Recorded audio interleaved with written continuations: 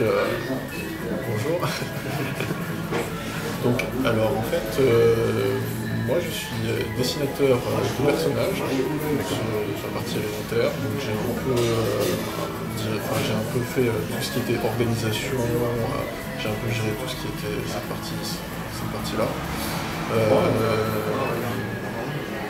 Et après. Et donc, moi je suis dessinateur décor et arrière-plan. Et puis c'est vrai qu'on s'est partagé aussi le travail du storyboard avec Thomas. Et puis le troisième larron, donc Cédric qui n'est pas là, qui a fait le scénario. D'accord. Alors en fait, au début, avec Arnaud, en fait, on avait déjà un projet qu'on se connaissait déjà à la base. Moi, après, vu que ce projet n'avait pas abouti, j'étais vers d'autres éditeurs, dont justement West, qui étaient intéressés justement par ce côté graphique, qui étaient intéressés par ce côté-là. Ils étaient intéressés par ce côté graphique, mais rien notre projet. Et donc, ils m'ont soumis un petit peu l'univers qu'ils voulaient. Et après, j'ai essayé d'adapter en fonction de ça. Et j'ai fait appel ensuite à Arnaud. Et puis après, j'ai aussi pu rencontrer Cédric, qui s'est calé justement du scénario et tout. Et moi j'avais un petit peu quelques lacunes sur ça. J'ai donc fait appel. Donc Cédric est venu en fait sur une idée de base de Thomas. Cédric est venu étoffer en fait le scénario. Mais vous vous connaissiez pas avant avec Cédric? Vous deux si, mais pas si, on connaissait aussi Cédric. Si, moi je le connaissais à la même école. D'accord. Je pense qu'on a un petit peu des influences un peu toutes différentes. Si je devais dire pour moi, en tout cas, les influences graphiques viendraient un petit peu shonen, on va dire un peu plus typique, un peu comme du GTO, du Get Backers, du Fullmetal Alchemist. Ça m'est arrivé un petit peu du shoujo et tout, mais je pense que pour Arnaud c'est un petit peu différent. Ouais, moi graphiquement, les inspirations c'est vraiment. Il y a tout aussi, c'est-à-dire qu'il y a aussi bien Takehiko Inoue, parce qu'il est assez fort, l'auteur de Vagabond, sur tout ce qui est décor. Il y a aussi Fullmetal, c'est vrai qu'il y a une ambiance un peu rétro aussi qui est assez intéressante, mais c'est pas la seule référence. Il y a aussi, je le dis souvent, mais Moebius aussi, pour ce qui est franco-belge et tout, qui est une bonne source d'inspiration sur les décors, les ambiances, parce que moi c'était vraiment mon travail pour le coup. Et puis bien sûr il y a aussi une grosse référence sur Azawa, bien sûr. Bonne référence.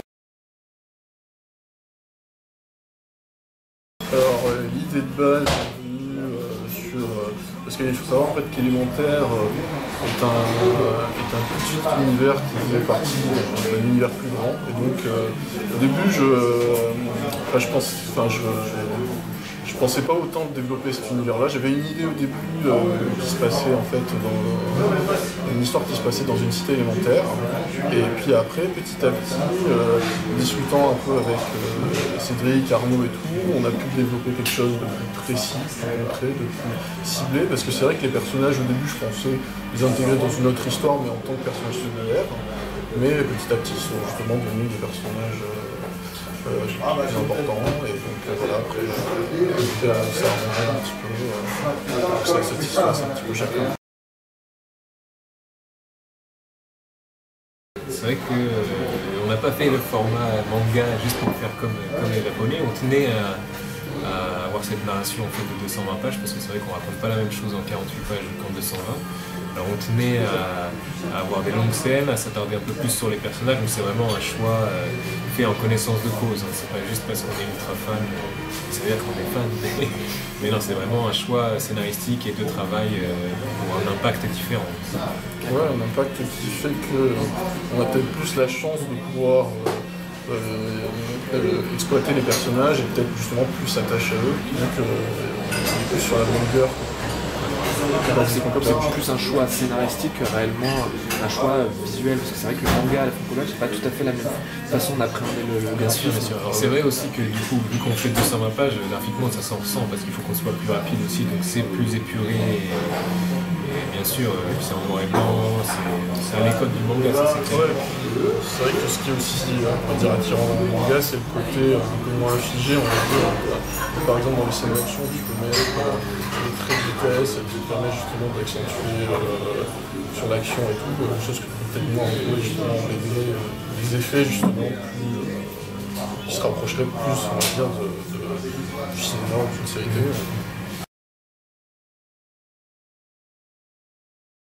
Alors en fait, avec Thomas on se voyait toutes les semaines, on avait des deadlines précises et d'ailleurs sur ce point-là Thomas était assez pointilleux, il fallait une régularité, on ne pouvait pas se permettre d'avoir un mois de retard quand il s'agit d'une cinquantaine de planches, tu vois. Donc toutes les semaines on faisait un point sur l'avancement, on se répartissait les tâches. Toi tu commences par faire telle page parce qu'il y a plus de gros plans de personnages, moi je prends telle page parce qu'il faut que je fasse d'abord la vue d'ensemble des décors. Donc on se répartissait les tâches voilà, de manière à peu près équitable. Et puis chaque semaine on faisait le point, on avançait comme ça. Voilà, mais... On avait donc à peu près, pour faire un bilan, on avait à peu près en moyenne un peu plus de 20 pages on va dire par mois. Donc c'était 20-25 pages par mois. 25 pages par mois, donc c'était l'objectif en fait.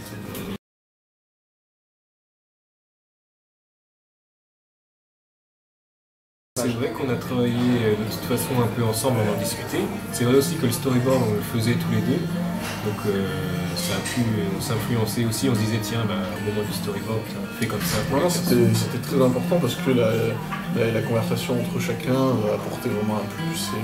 Et ce qui était aussi sympa, c'est qu'en même temps, on a eu les retours du volume 1, enfin pour le volume 2, en tout cas, on a eu les retours du volume 1 qui nous a permis aussi d'ajouter aussi un plus, en tout cas pour le volume 2.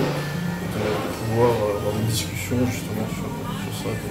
Des fois ça nous arrivait justement d'avoir faire une petite conférence à 3 sur Skype, justement, des petites réunions qui nous permettaient de faire un bilan.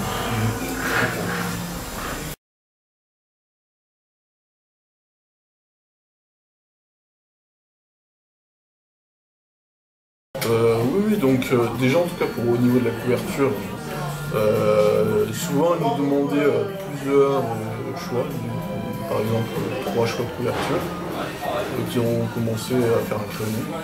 Et donc à partir de ce crayonné, elle nous disait plus lequel séduisait le plus. Et puis après, une fois qu'elle avait sélectionné, là on commençait à faire le traitement de tout ce qui était ancrage, couleur. Donc elle c'est l'éditrice. L'éditrice, ouais, d'accord. Oui, oui.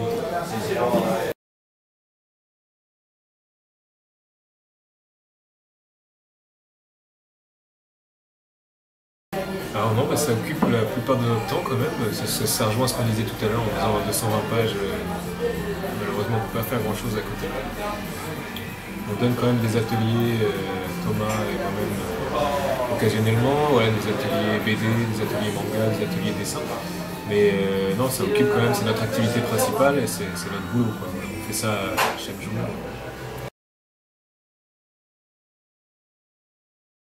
Oui, donc déjà en tout cas au niveau de la couverture, souvent ils nous demandaient plusieurs choix, par exemple 3 choix de couverture, qui ont commencé à faire un crayonné.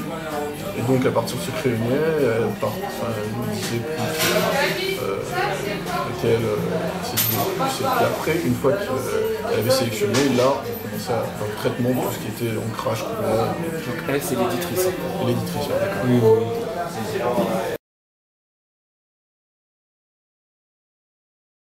Alors non, ça occupe la plupart de notre temps quand même. Ça rejoint ce qu'on disait tout à l'heure en faisant 220 pages. Malheureusement, on ne peut pas faire grand chose à côté. On donne quand même des ateliers, Thomas et moi-même, occasionnellement. Voilà, des ateliers BD, des ateliers manga, des ateliers dessin. Mais non, ça occupe quand même, c'est notre activité principale et c'est notre boulot, quoi. Voilà, on fait ça chaque jour.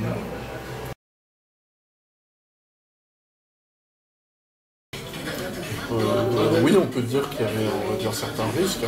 Ça c'est certain, mais après je pense qu'on va essayer de créer une ouverture et toujours on essaie en tout cas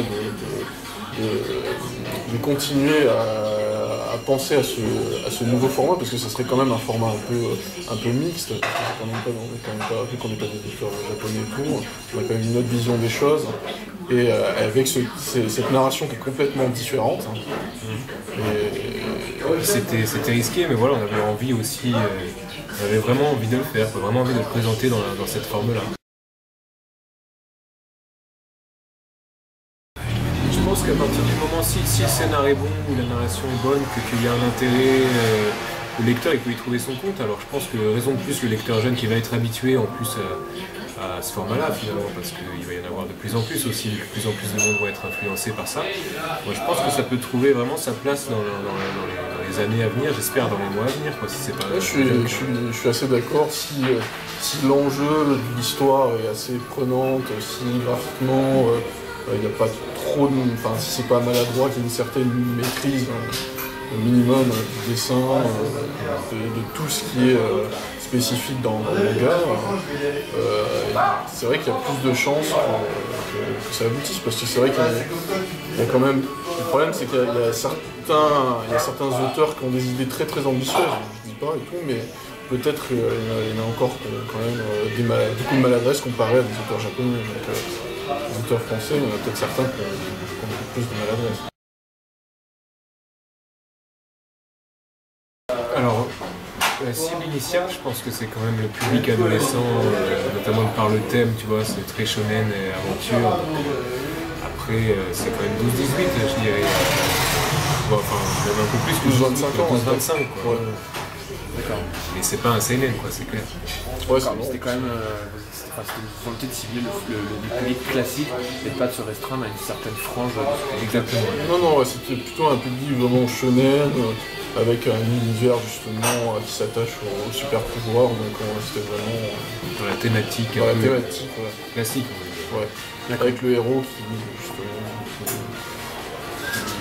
on parle de dépassement de soi, qui fait souvent pour parler du shonen justement.